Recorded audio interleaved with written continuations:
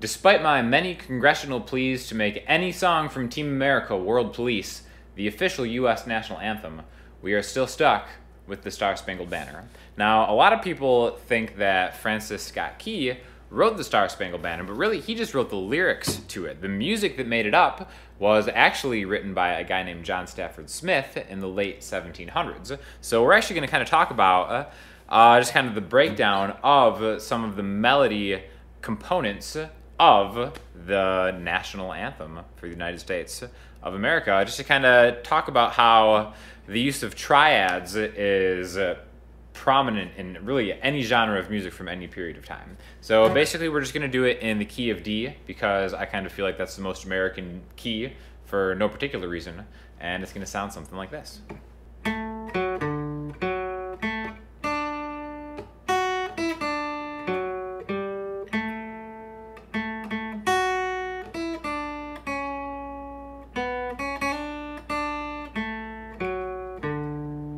So we're not going to go over the whole song, but I think I like this as kind of like an exercise in just teaching your ear, because you can play the whole thing in one hand position, and it all starts with a backwards arpeggio of a D major chord. Alright, so if we take the 5th fret on the A string and hit that with your pinky, this is a D note. Now if we want to play a D major chord instead of playing it as a chord shape, we can climb up the scale by getting a D, the 4th fret on the D string, which is an F sharp, it's major 3rd, and then grabbing its 5th, the 2nd fret on the G string, which is an A. So a D, an F sharp, and an A. Now if we want to grab the 3rd fret, another D, the octave D, right there on the 3rd fret of the B string, we have just a regular arpeggio. You can think of this as like a C major chord shape, but moved a whole step higher, right? Now what we're gonna do is we're gonna start on the 5th and go backwards through the D major chord, right? And just doing that is such a signature sound. We're just going backwards through a major chord, then climbing back up and stopping on the octave, right? So it's D to D. Now the reason that I think this is a really great song to learn, regardless of your level of patriotism or country of origin, is because it makes great use of taking, on a guitar specifically, one hand position where maybe every finger gets ownership of its own fret, like pointer finger 2, middle finger 3, ring finger 4, pinky 5. You can play the entire song without having to move left or right. Everything can be done right here. So it's a really great exercise to kind of get your ear and your fingers working in concert with each other, right? So, for example, after we do the first part, we're still kind of in this D major chord. We're dancing around this D major chord and just in really kind of a modern way, adding melodically notes from the scale, the D major scale, around it, okay? So after we take this arpeggio, we're really just kind of grabbing the F sharp here to the 5th fret to the 3rd fret on the B string.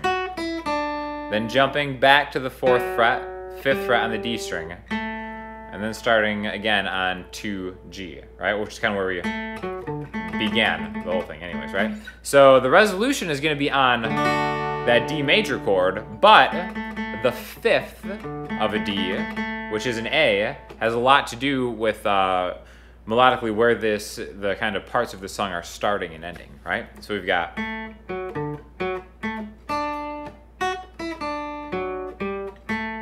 Then again on this A, which again you can kind of see how it's dancing around this D major chord voicing, this C-shaped D chord voicing, etc., etc.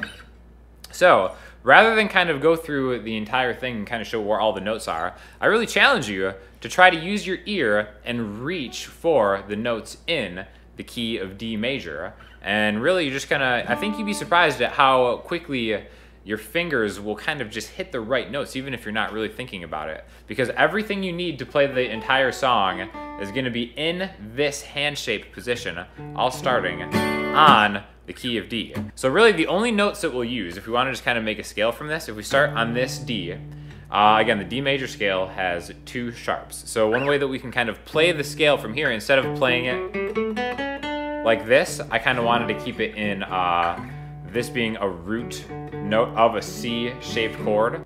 So we start with a D, E, F sharp, G, A, B, C sharp, D.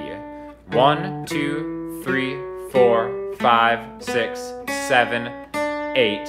And then we can kind of continue on D, E, F sharp, G, A. That's the highest note you'll have. So that's why a lot of people kind of say that it's a tough song to sing, like when singers try to tackle it before like a sporting event or something like that, because it really has kind of like a wide range of notes that you employ, because you have to start at this D, but you also have to hit this high A. So vocally that can be like a difficult thing to do, but I really challenge you to just maybe get this scale shape under your belt and try to find those notes, because it's one of the best things you can do for connecting what you can hear with what you can actually play, which once you can do that, you're gonna be amazed at how quickly you can kind of pick up other things and just start playing what you hear. So if you have any questions or comments, hit me up in the comment section and I will talk to you guys soon. Thanks a lot.